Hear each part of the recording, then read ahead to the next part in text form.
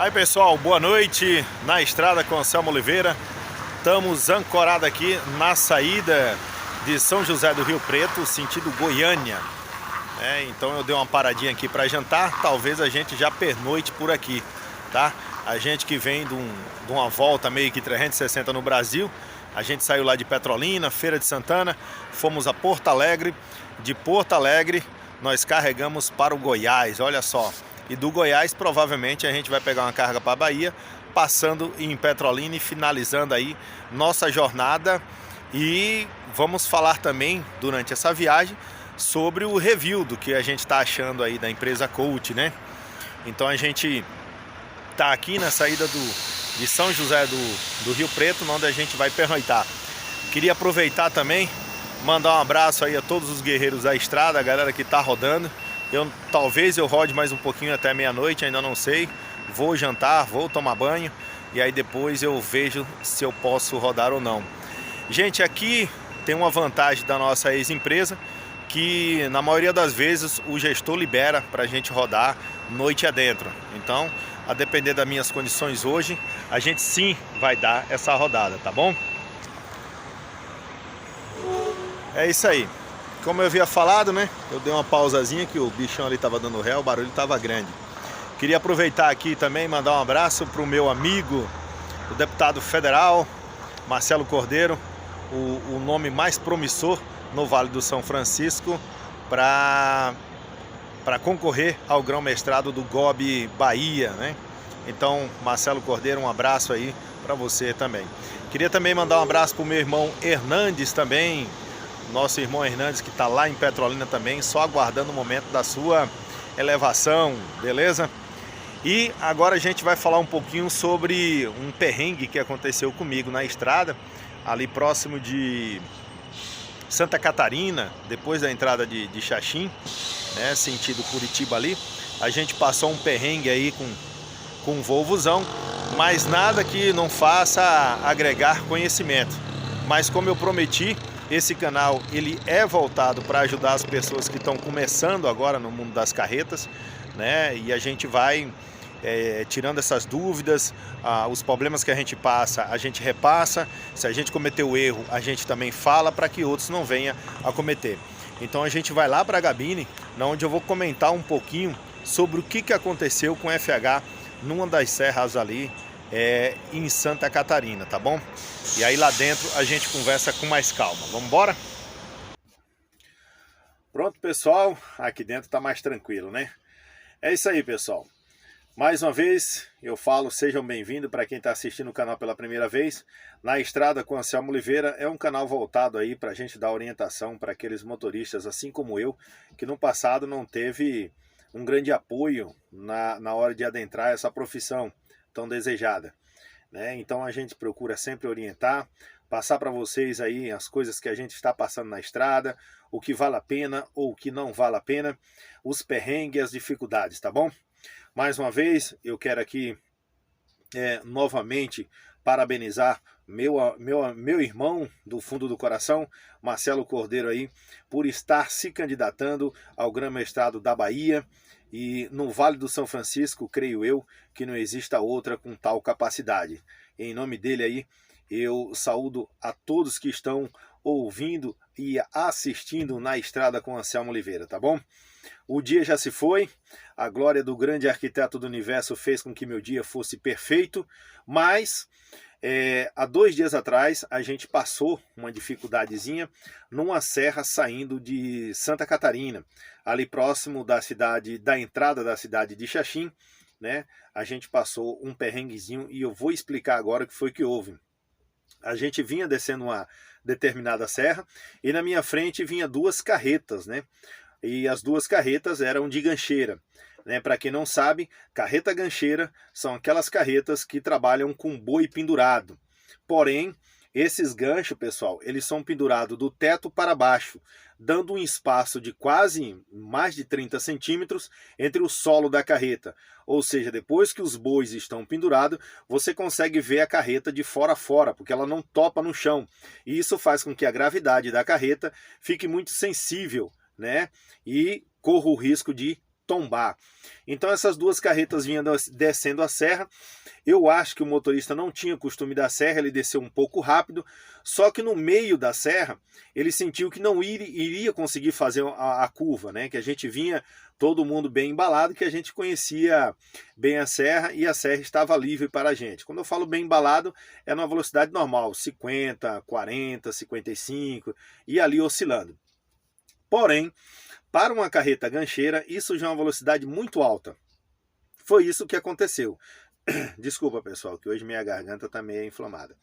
E foi isso que aconteceu. Em uma das curvas, a carreta gancheira sentiu que ia tombar e ela freou bruscamente para isso não acontecer, jogando o seu veículo para a contramão.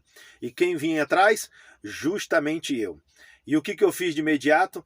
Mais uma vez, usei os recursos que a Volvo tem para a gente. Então vamos lá dar uma olhada? Então vou mostrar aqui para vocês, ó. Então o que aconteceu? Na hora que chegou essa emergência, a primeira coisa que eu fiz foi puxar o freio da carreta no primeiro e depois no segundo estágio, ó. 1, 2, tá vendo? É a mesma alavanca do Weber, ó, os 3 estágios, volta 3, neutro e automático. Então eu vim aqui, puxei 1, puxei 2 e adivinha? Ela não parou. A galera, o susto foi grande que eu vi o fundo da carreta se enchendo aqui na frente. Mas aí a gente usou o outro sistema, redução de marcha. Então colocamos a marcha no modo manual, que ela vinha no modo drive, certo? E começamos a reduzir, pisando no freio, e ela conseguiu parar a tempo de eu ter que encher a traseira do colega que já vinha no desespero. Então o que eu quero dizer com isso? Se algum dia isso acontecer com vocês, galera, isso não é problema do cavalo mecânico, tá? A gente desceu a serra, chegando lá embaixo tinha um posto, a gente botou a carreta num dique, e quando eu fui lá para trás, diferente da minha antiga carreta, que as catracas eram automáticas, essa aqui é manual. Então com a chave 19, eu fui lá e ó, comecei a apertar no sentido horário, e folguei no sentido anti-horário a roda 15 minutos. E eu percebi que 4 rodas eu cheguei a dar 5 giros nela. Então ela estava muito distante. Então esse foi o problema da Volvo não ter freado nos 2 estágios. Então quando eu apertei 1, apertei 2, as lonas estavam muito longe dos tambores de disco, né, dos tambores lá, e ela não freou, porque estava muito distante. Galera, tinha uma lona lá que cabia meu dedo. Então fica a dica aí, a viagem toda eu vim, né, de Feira de Santana a Porto Alegre, todas as serras que eu desci, por incrível que pareça, elas estavam praticamente livres, então eu desci usando só o freio Weber. Em nenhum momento eu precisei usar o freio da carreta. Porém, quando precisei, não tinha. Então foi um erro meu, que na hora que eu peguei, que eu assumi essa carreta em Feira de Santana, era para mim ter botado ela lá no dique, lá no São Gonçalo, e ter verificado a distância das lonas de freio da carreta. E eu não o fiz. Também saí leve de lá, né, que eu vim com chocolate, 18 mil quilos, por uma carreta dessa, 18 toneladas, é nada. Então não houve essa grande necessidade. Porém, na emergência, o susto foi grande. Então eu fui lá, essa carreta é uma chave de 19 e eu fiz o aperto, tá? Diferente, galera, da automática, essa aqui não precisa, eu na hora que estiver apertando, botar uma chavinha de fenda para poder folgar a trava para regular. Não, como ela é manual, basta eu botar a chave 19, rodar no sentido horário, depois eu volto 15 minutos no sentido anti-horário. E assim ela ficou regulada. Então agora sim, a gente já veio andando com ela aqui na 153 e por várias vezes eu testei aqui, só no primeiro estágio ela já jogou a cara no chão, ou seja, tá bem reguladazinha. Então eu gosto de passar essa dica para você, que isso acontecer com um de vocês aí, não se assuste, não é problema da Volvo, tá? É problema sim, da regulagem lá atrás.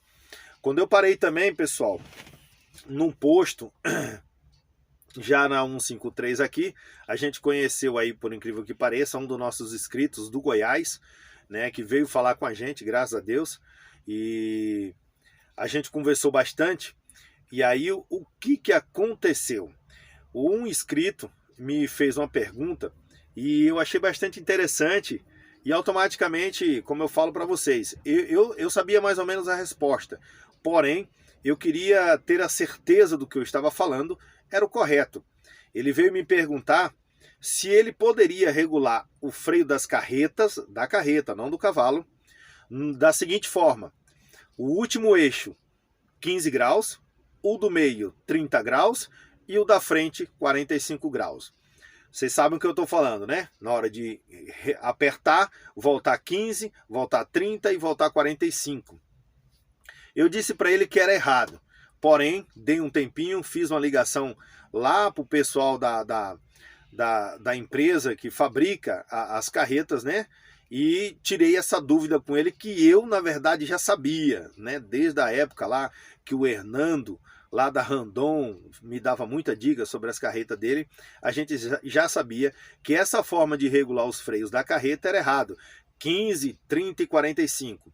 Por quê? No meu ver, é minha opinião, tá? É bom que fique bem claro isso.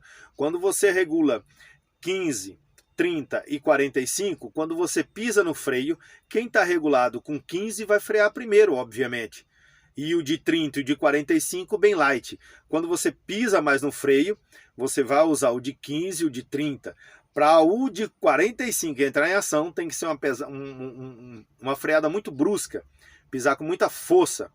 Porém, o ideal é que todas as rodas ela freiem simultaneamente, ou seja, da mesma forma. Na hora que você precisar usar o freio de emergência, o freio do pedal, como vocês chamam, todas as rodas freiam por igual, fazendo com que seu conjunto tenha uma frenagem perfeita, não ele ficar alternando, tá? Essa dúvida acontece porque muita gente acha que quando você tem um conjunto mecânico desse, chega mais A num determinado eixo, num eixo tal, não. O compressor, ele é um só e ele vai mandar uma quantidade de ar só para todo o sistema, tá? E aí faz com todas as rodas, ele faz com que todas as rodas freiem de um modo por igual. Não existe isso que um compressor está mandando mais ar para um eixo ou para o outro, a não ser que tenha defeito. O que provavelmente isso não está acontecendo porque, como vocês sabem, na BR aí a gente está vendo, não, né? A maioria dos conjuntos são novos, né? É acima de 2015 para cima.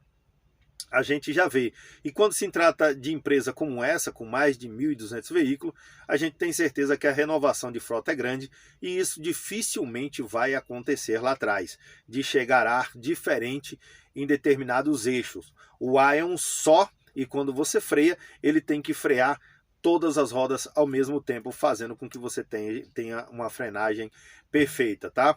Só lembrando que, em especial, esse cavalo Volvo, certo? Na hora que você pensar em regular o cavalo, é bom que você esteja num local plano e que sejam levantadas principalmente as rodas dianteiras, tá bom, pessoal? Levantem as rodas dianteiras para que possa fazer a determinada regulagem, porque as rodas do Volvo, ela contém uma mola no seu parafuso e precisa uma certa sensibilidade e um torque para você sentir o momento que ela está apertando e no momento que ela vai folgar.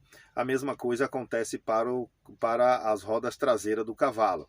Porém, tem mecânico que já tem uns macetes, consegue ter essa sensibilidade com ele no chão. Tá bom? Então essa foi a dica de hoje. A gente está por aqui, tá?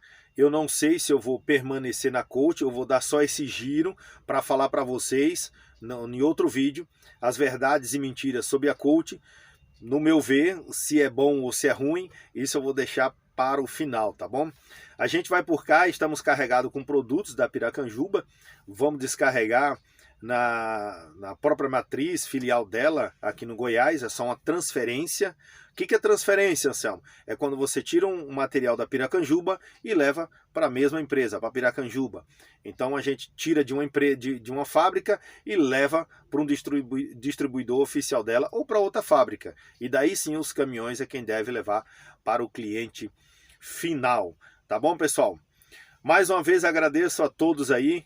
A gente está começando agora, espero que vocês dê um joinha, que vocês comentem, falem o que vocês acham. Se tiver alguma experiência aí, comenta com a gente. Ah, Anselmo, tem alguma dúvida? Quero saber de algo?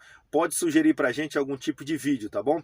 Se quiser ficar mais próximo da gente, me procura lá no Telegram, fala comigo lá no pessoal, que também a gente vai sim ouvir e vai sim fazer aquele vídeo indicado por vocês, tá bom? A gente fica por cá, mais uma vez eu vou dizer para vocês, eu vou tomar banho, jantar. Se aí depois de jantar eu ainda tiver com vontade, já que essa empresa nos permite, iremos rodar aí até umas 2, 3 horas da manhã. Se não, vamos pernoitar por aqui de boa, ficar tranquilo, e amanhã a gente termina de chegar no nosso destino final, tá bom? A glória do grande arquiteto do universo, na estrada com Anselmo Oliveira, fica por cá. São José do Rio Preto, vai ser no palco do momento. Até daqui a pouco ou até amanhã. Fica com Deus, hein, galera?